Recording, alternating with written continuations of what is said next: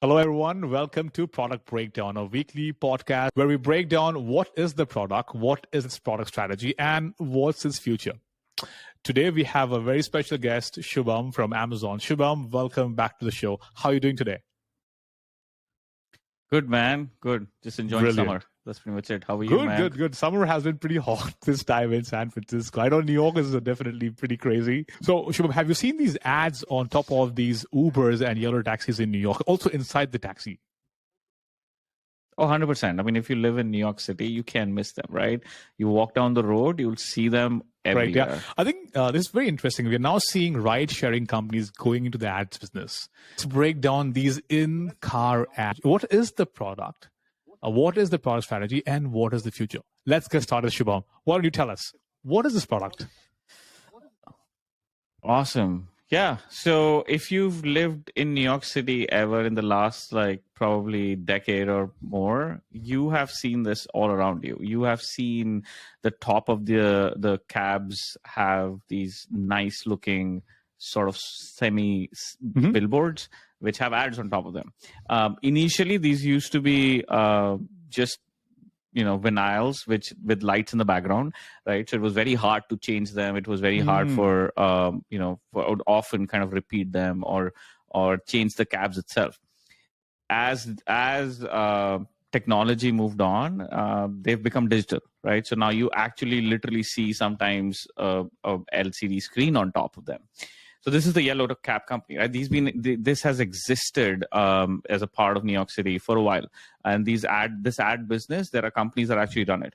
Now, coming to what is happening right now, Lyft and Uber, being as big they are realizing that they have such a large scale and touch points to their riders, that now they can get into this business and possibly make money out of it. How are they going to make money out of it? They're looking at multiple avenues, but the ones we want to talk about today specifically are the in-car ads, which means that at the top of the car, you would probably put a digital screen, and inside at the back of the car, you would put a tablet or tablet-like device that would then show you different kind of ads. Interesting. I love that. So let's go deeper, like to define the product even more. So why is it different than a yellow taxi doing the same ads? Like, what's the fundamental difference between, let's call it, the electronic in-car ads versus the vinyl versions, and versus the ones that Uber or Lyft are focusing on?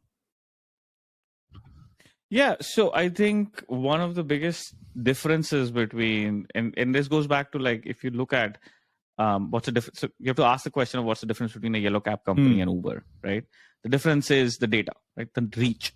How many people do they reach on an ongoing basis? How easy it is for riders to come and go wherever they wanted to, and the kind of data these people, like these companies, have. So now, if I'm Uber and if Pepsi comes to me, or if some big brand, a shoe brand, Nike, comes to me, I can not just scale them in New York City, I can scale them across US, I can scale them across Europe, right? With minimal effort from Nike. So when Nike talks to me as a brand, they don't have to go, like, if they have to do this with yellow cab companies, they have to talk to different companies across different geographies. It's so much easier to do that with a company like Sure, Uber. that's interesting. Why is that? Is it because Uber and Lyft are bringing the online ads purchase experience into this, let's call it OOH, right? Out of home ads.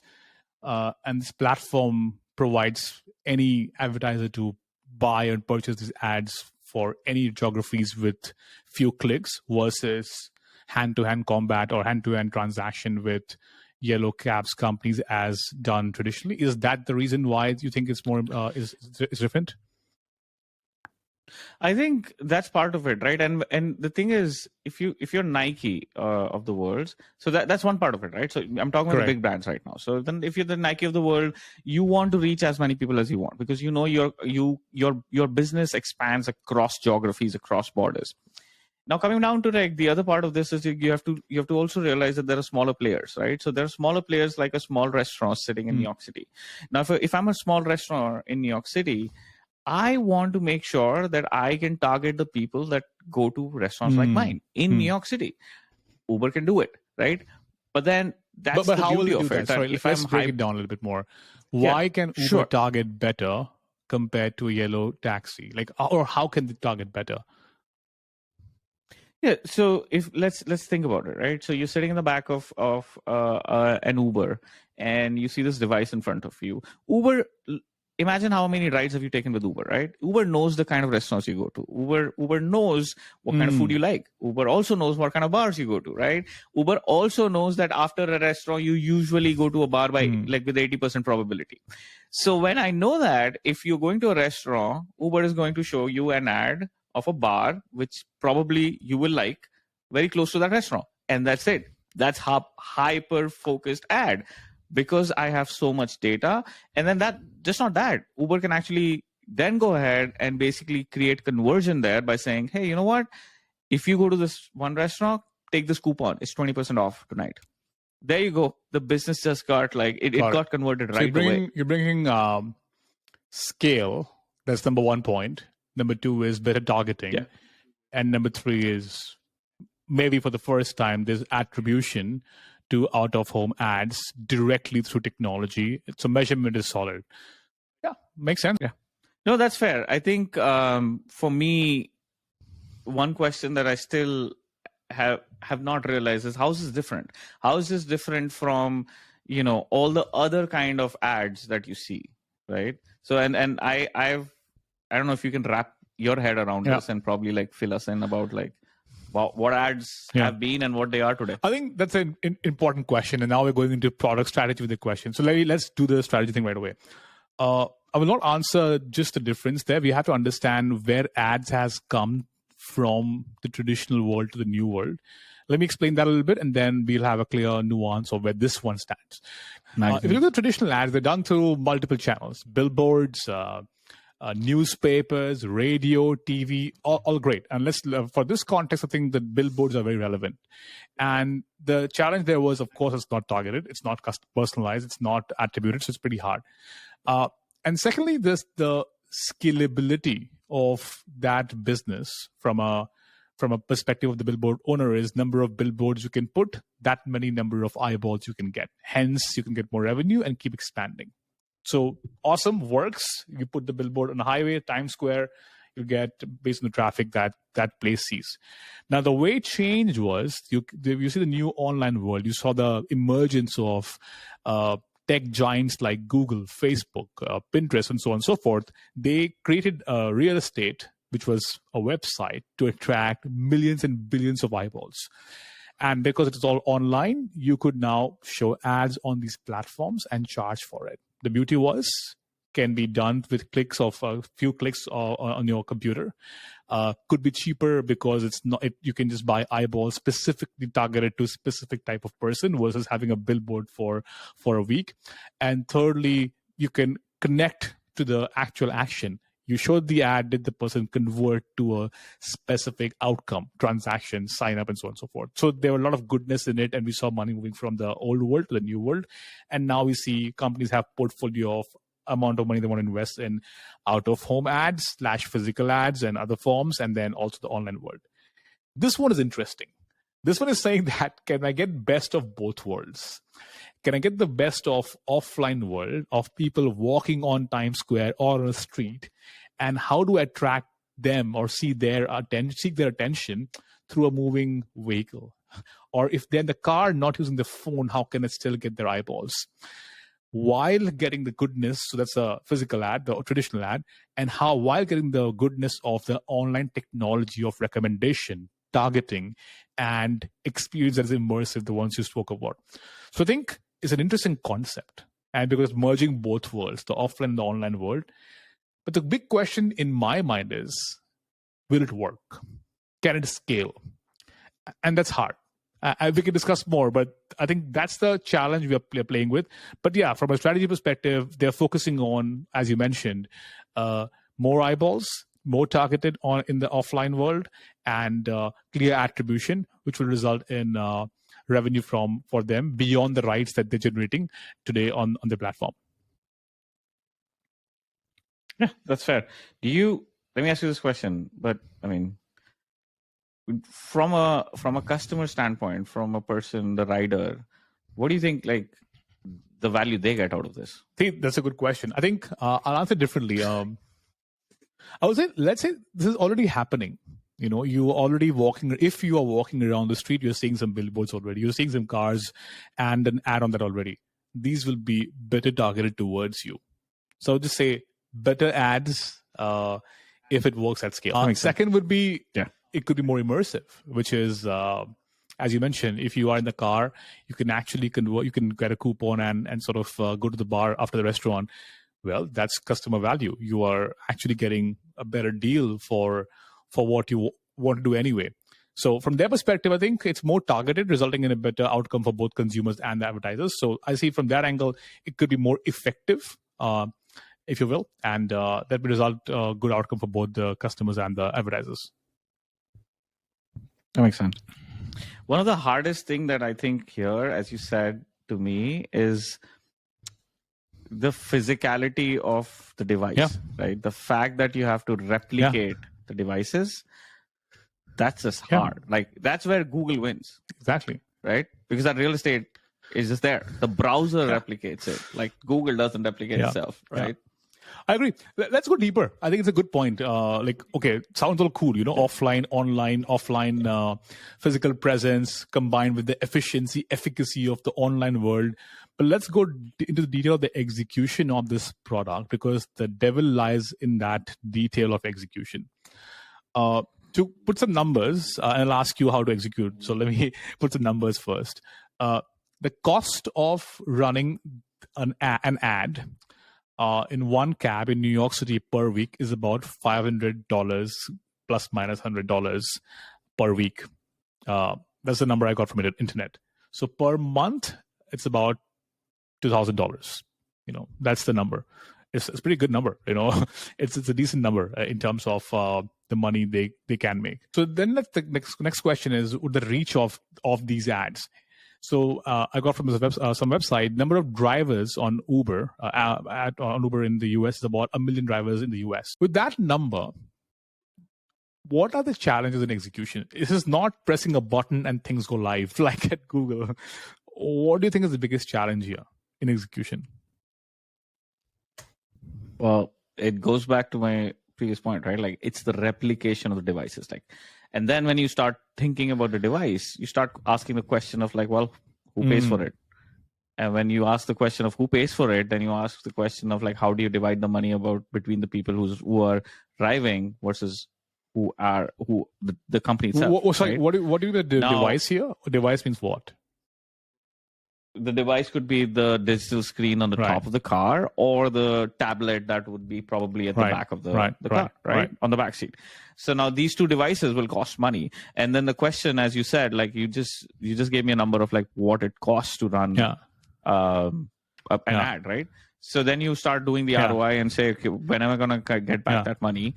And then you also have to realize, with hardware devices, there comes a cost of maintenance, right? They break down. That's the thing, right? So they break down, they have to replace it. And so, like, if you're running 1 million cars and you say 20% of them break down every now and then, that's a lot of devices to fix or replace.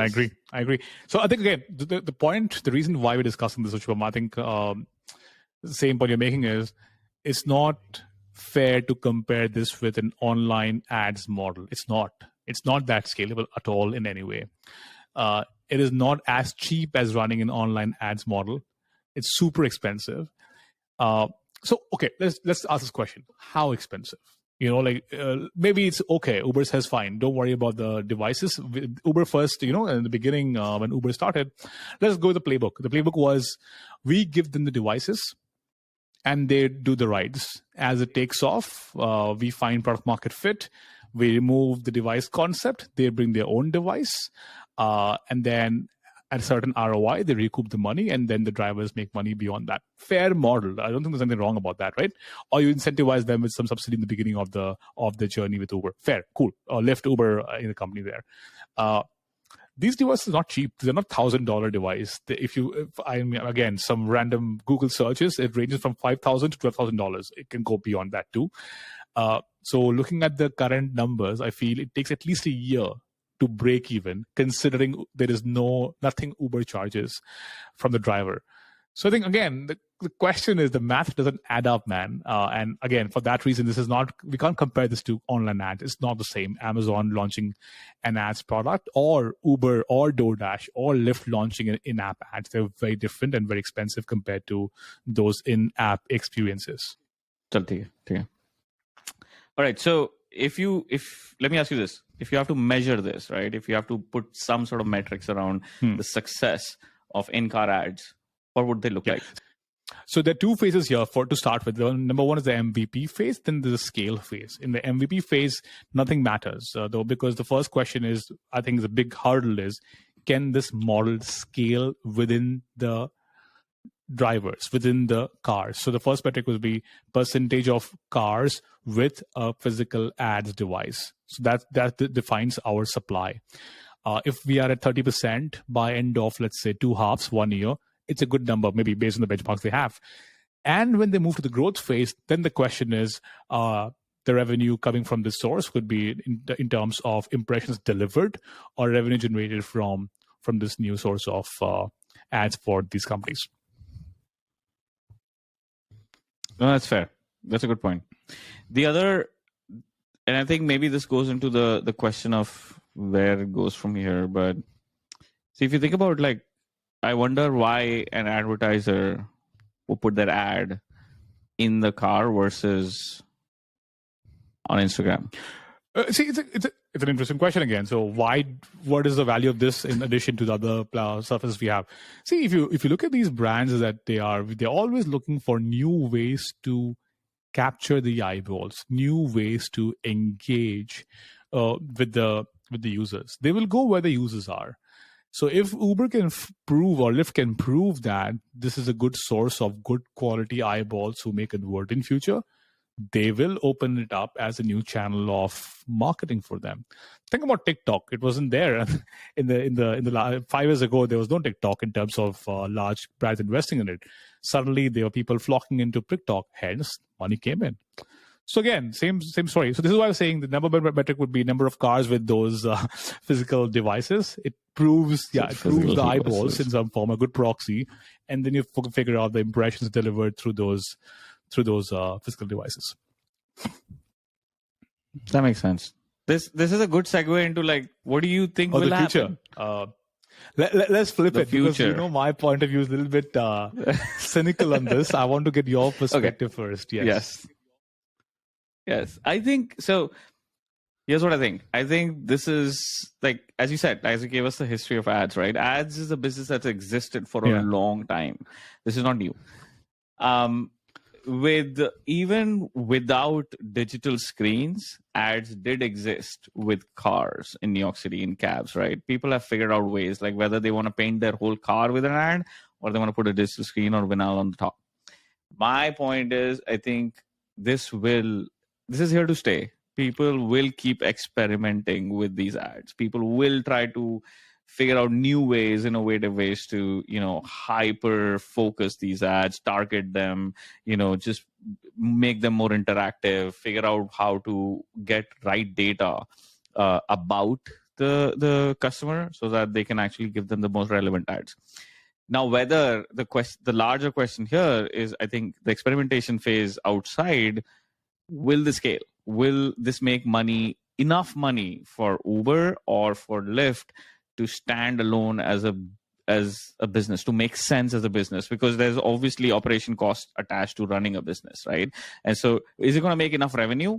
I don't know. I don't know the answer to that. Okay, that's cool. So you're saying it's going to stay, but the question is about the execution, and if the execution is great, there will be money coming in, or we have to see if it does or not. I'm on the other side. I think this will not go anywhere. That's my binary answer, with a caveat. The reason is the unit economics doesn't make sense here.